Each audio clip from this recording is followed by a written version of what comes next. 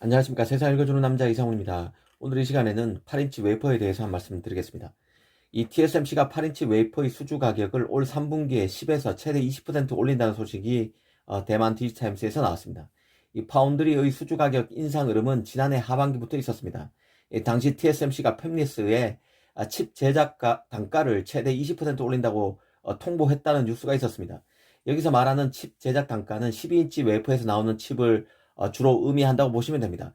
당시 TSMC가 최대 고객인 애플에 대해서는 사실상 수주 가격을 거의 올리지 않고 같은 메이저 고객이라도 애플 그 아래격인 AMD, 엔비디아, 퀄컴 등에 대해서는 20%는 아니더라도 상당폭 수주 가격을 인상했고, 심지어 이들 팹리스들은 선지급금을 예치금 형태로 TSMC에 내지 않으면 생산 용량 할당도 쉽지 않다는 기사가 나오기도 했습니다. 그만큼 팹리스 입장에서는 파운드리 용량 확보가 절체절명의 과제였다는 뜻이고, TSMC는 이 기회를 틈타서 수주 가격을 대거 끌어올렸다는 얘기입니다. 특히 지금 그 TSMC, 삼성 등 인류 파운드리들은 팹 투자와 증설에 적극 나서고 있는 상황입니다. 이 때문에 그 파운드리들이 그 팹리스에 대한 수주 가격 인상을 통해서 자신의 투자 부담을 낮추기 위해 혈안이라는 분석도 전해드린 적이 있습니다. 사실 이번 그 8인치 웨이퍼 인상 소식도 큰 줄기에서 같은 흐름에 있는 얘기입니다. 그럼에도 이 주제를 다시 꺼낸 것은 이 8인치가 갖는 그 정치 경제학적 의미가 남다르기 때문인데요. 아시다시피 8인치 웨이퍼로는 전력 반도체라는 PMIC, 디스플레이 드라이버 IC인 DDI 등 성숙 공정 칩을 만들고, 12인치 웨이퍼로는 흔히 말하는 최신 공정에서 제작되는 CPU와 GPU와 같은 프로세서, 그리고 모바일 AP 등이 나옵니다. 이 고객 관점에서 다르게 말하면 이 8인치 고객은 그 완성차 업체들이 많습니다. 자동차 메이커가 많이 포진해 있는 유럽과 일본 등이 주요 고객이고, 12인치 웨이퍼로는 최신 칩을 설계하는 인텔, AMD, 엔비디아, 퀄컴, 애플 등이 대거 있는 그 미국 팹리스가 대부분입니다. 그런 맥락에서 보면 TSMC가 8인치 팹을 통해 나오는 그 칩 수주 가격을 올린다는 의미는 일본과 유럽 고객에게 추가로 돈을 더 뜯어낸다는 뜻과도 같습니다. 이 공교롭게도 TSMC는 유럽과 일본에 처음으로 팹을 짓기로 한 상태입니다. 물론 그 팹이 8인치 팹이 아니라 12인치 팹이긴 하지만, 유럽과 일본의 팹을 건설하는 만큼 8인치 웨이퍼 가격 인상을 통해서 공식적으로 이들 지역에 있는 팹리스 등의 부담을 전가하는 수순을 밟는다고 해석할 수 있습니다.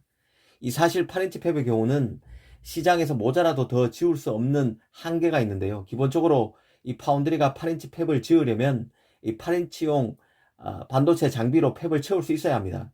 문제는 이 8인치 팹을 만들어줘야 하는 어플라이드 머티리얼스, 램서치 등 반도체 장비 회사들이 이 8인치 장비 수주 가격을 12인치 장비보다 더 받는다는 데 있습니다. 이 성능이 12인치 장비보다 더 떨어지는 8인치 장비를 만들어 주는데 파운드리에 더 많은 돈을 요구하는 이유는 이미 장비 회사의 모든 설비들이 12인치 장비를 만드는데 최적화된 상태이기 때문입니다.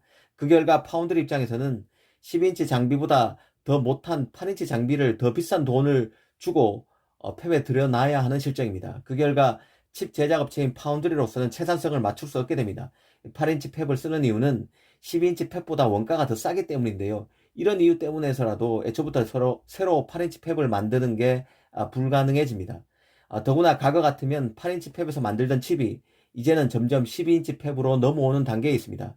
12인치 팹 중에서도 많이 노후화된 팹, 그러니까 감가상각이 많이 떨어진 팹, 이제 너무 노후화돼서 다른 최신 칩을 만들기 어려워진 12인치 팹에서는 과거 8인치 팹에서 만들던 칩을 만들어도 문제가 없습니다.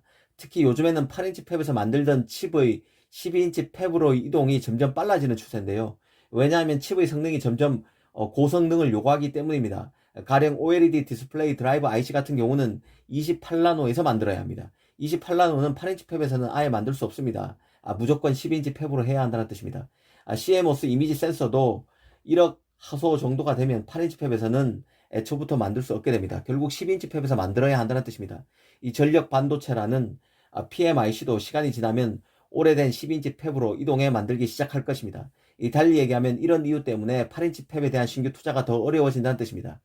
이 TSMC가 올 3분기에 8인치 웨이퍼 수주 가격을 올리겠다는 소식의 배경에는 이런 수급적 측면과 이 반도체가 전략 자산이 되면서 필연적으로 갖게 되는 정치적 맥락이 함께 녹아 있다는 생각이 듭니다. 일전에 그 반도체가 2차 냉전의 발화점이 되고 있다는 말씀을 드린 적이 있습니다.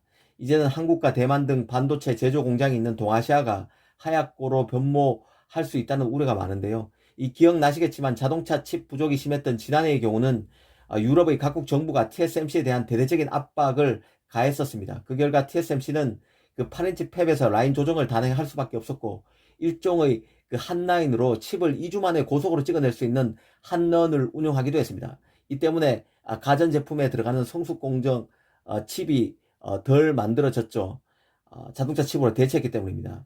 이제 그 TSMC가 8인치 웨이퍼 수주 가격 인상을 통해서 자신이 받았던 정치적 압박에 대한 청구서를 팹리스에 부과하고 있다는 생각도 듭니다. 유럽과 일본 정부의 거액의 보조금을 받으며 공장을 지으면서도 말이죠. 이 파운드리의 전성시대라는 말이 실감이 갑니다. 감사합니다.